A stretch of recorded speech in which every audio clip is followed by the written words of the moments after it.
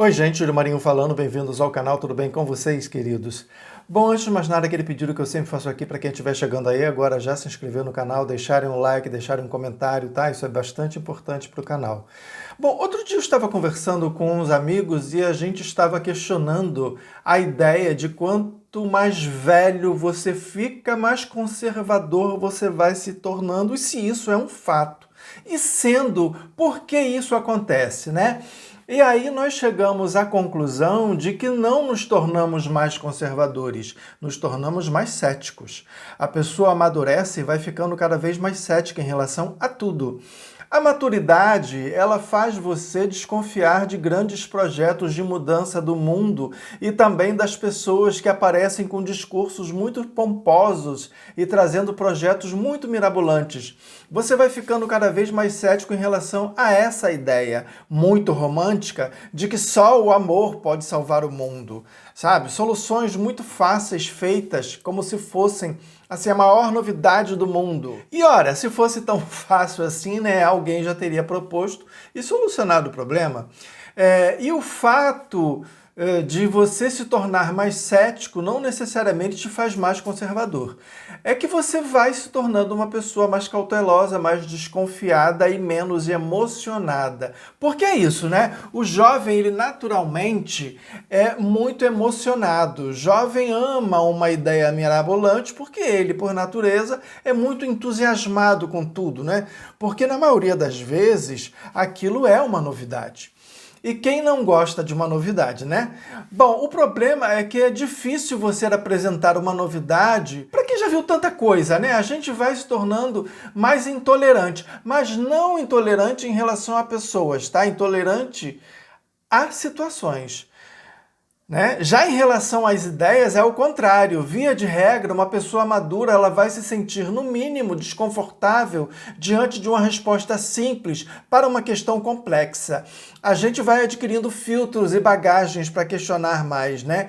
Uma pessoa madura, ela geralmente questiona uma explicação fácil demais para um problema de difícil solução. E vejamos, por exemplo, o caso da epidemia de identidades de gênero, né? Por que tanta gente se sentindo desconfortável com seus corpos a ponto de fazerem cirurgias e tratamentos hormonais para ficarem com a aparência do gênero oposto, né? A explicação de muitos é de que essas pessoas nasceram no corpo errado, ou seja, uma mulher trans é uma mulher presa no corpo de um homem. O problema é que não existem evidências científicas para corroborar essa afirmação, né? E tem uma outra coisa aí. Pessoas maduras se sentem mais livres para assumir uma posição, mesmo que essa não seja tão popular. Se sentem mais livres, né, para rejeitar o senso comum. Podem ver que a maioria dos críticos de gênero, por exemplo, são pessoas mais maduras. É um posicionamento muito impopular, né? Várias pessoas já foram canceladas e até perderam seus empregos por conta disso. Por outro lado, temos jovens criados com pais superprotetores que querem a todo custo garantir a segurança e a felicidade desses filhos. Só que nesse processo acabam causando a infelicidade e insegurança deles, justamente porque quando eles se deparam com o mundo real, né, eles percebem que aquele não é um lugar como era na sua casa ou na escola, onde todo mundo achava que tudo que eles faziam era lindo, maravilhoso, né? Ou seja, na ânsia de tentar manter uma autoestima elevada, fazem justamente o contrário. Porque quando esses jovens crescerem e caírem na vida, vão se decepcionar porque o mundo não é um bom lugar para a produção de autoestima elevada, né? Isso é fato. Muito pelo contrário, né? Por isso, tantos jovens acabam se rendendo e não tendo coragem de contrariar a agenda dominante, porque não foram preparados para encarar o mundo como ele é de fato. E não estou dizendo que esses jovens sejam covardes, não é isso, tá? Mas eles têm menos casca, menos segurança, né? Menos proteção. Outra coisa, eu não tenho problema algum de estar alinhado com algumas ideias de pessoas que são de fato conservadoras. Um exemplo aí, o Matt Walsh, aquele do documentário, né, O que é uma Mulher, é um exemplo disso. Ele é um cara conservador, né? Eu não concordo com a maioria dos posicionamentos dele, mas em relação às questões de gênero, a gente tem sim uma sintonia e eu não vejo problema nenhum nisso. O fato dele ser um conservador, né?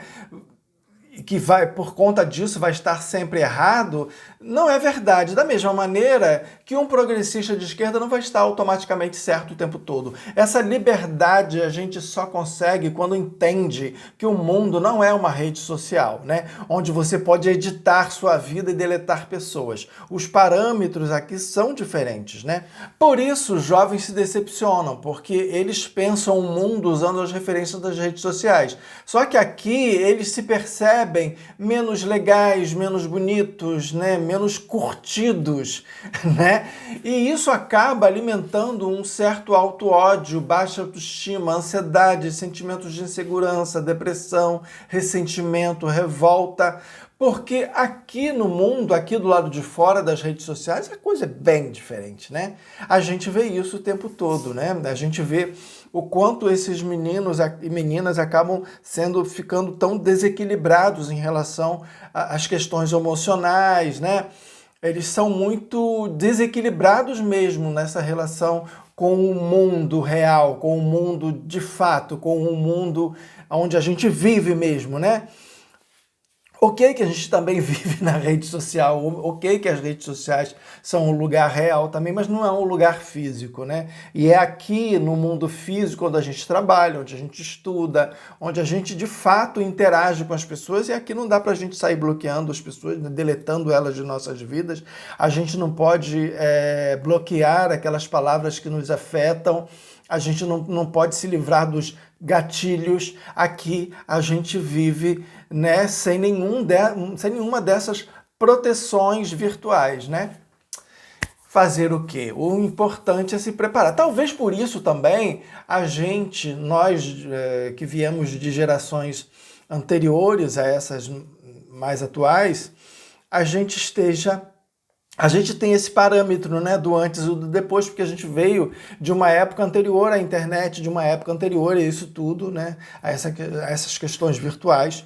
Então a gente consegue fazer esse parâmetro, né, essa diferenciação entre uma coisa e outra. O jovem que já nasceu inserido nesse contexto, né, da tecnologia, da internet, das redes sociais, ele não tem muito parâmetro, né? Então ele pensa o mundo enquanto jovem, ele pensa o mundo usando essas mesmas referências virtuais, e aí quebra a cara, porque aqui no mundo físico, aqui fora, não é bem assim, né? Muito pelo contrário. Bom, gente, era isso. Um beijo e até o próximo vídeo.